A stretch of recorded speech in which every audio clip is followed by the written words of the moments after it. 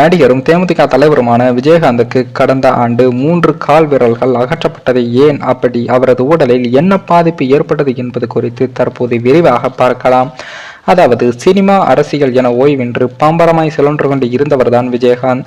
இவர் 2016ஆம் ஆண்டு சட்டமன்ற தேர்தலில் அடைந்த படுதோல்விக்கு பின்னர் உடல்நிலை மோசமானது. சினிமாவில் முழுமையாக ஓய்வு நிலைக்கு சென்ற நிலையில் அரசியலிலும் அதிக அளவில் தலை காட்டாமல் மருத்துவமனை சிகிச்சை, வீடு என்று இருந்தார். அவரது பேச்சு குளறல் நிற்பது, நடப்பதில் தடுமாற்றம் அவரது அணுவாக ரசித்து வந்த தொண்டர்களை கலங்க வைத்தாலும் கடந்த ஆண்டு அவருக்கு செய்த அறுவை சிகிச்சை பலரையும் சோகத்தில் ஆழ்த்தியது.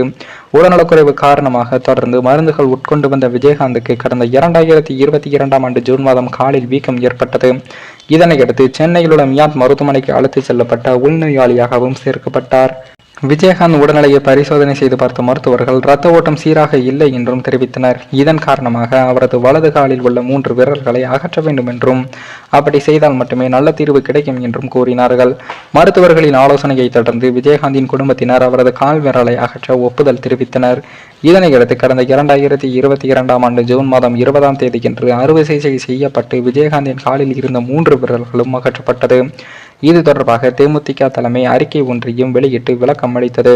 அதில் நீண்ட வருடங்களாக இருக்கும் நீரிழிவு நோய் பிரச்சனைகளால் தேமுதிக தலைவர் கேப்டன் விஜயகாந்தின் வலது காலில் உள்ள ஒரு விரல் பகுதியில் இரத்த ஓட்டம் சீராக இல்லாததால் மருத்துவர்களின் ஆலோசனைப்படி விரல் அகற்றப்பட்டது என்றும், மருத்துவர்கள் கண்காணிப்பில் தற்போது அவர் நலமுடன் இருக்கிறார் என்றும், மேலும் மருத்துவர்களின் ஆலோசனைப்படி தொடர்ந்து கேப்டனுக்கு மருத்துவ சிகிச்சை அளிக்கப்பட்டு வருகிறது என்றும், சிகிச்சை முடிந்த ஓரிரு நாட்களில் கேப்டன் விஜயகாந்த் வீடு திரும்புவார். மேலும் கேப்டன் உடல்நிலை குறித்து சமூக வலைதளங்களில் பரவும் பொய்யான வதந்திகளை கழக தொண்டர்கள், நிர்வாகிகள் மற்றும் பொதுமக்கள் யாரும் நம்ப வேண்டாம் என்றும் குறிப்பிட்டிருந்தது.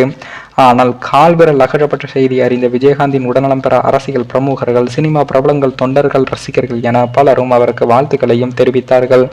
முதலமைச்சர் மு.க.ஸ்டாலினும் இது தொடர்பாக ட்விட்டரில் பதிவிட்டிருந்தார். அதில், எனது அருமை நண்பர் கேப்டன் விஜயகாந்த் அவர்கள் மருத்துவமனையில் சிகிச்சை பெற்று வருவதை அறிந்தேன். அவர் விரைவில் உடல்நலம் பெற்று நல்ல உடல்நலத்துடன் இல்லம் திரும்ப விளைகிறேன் என்றும் அவர் குறிப்பிட்டிருந்தார்.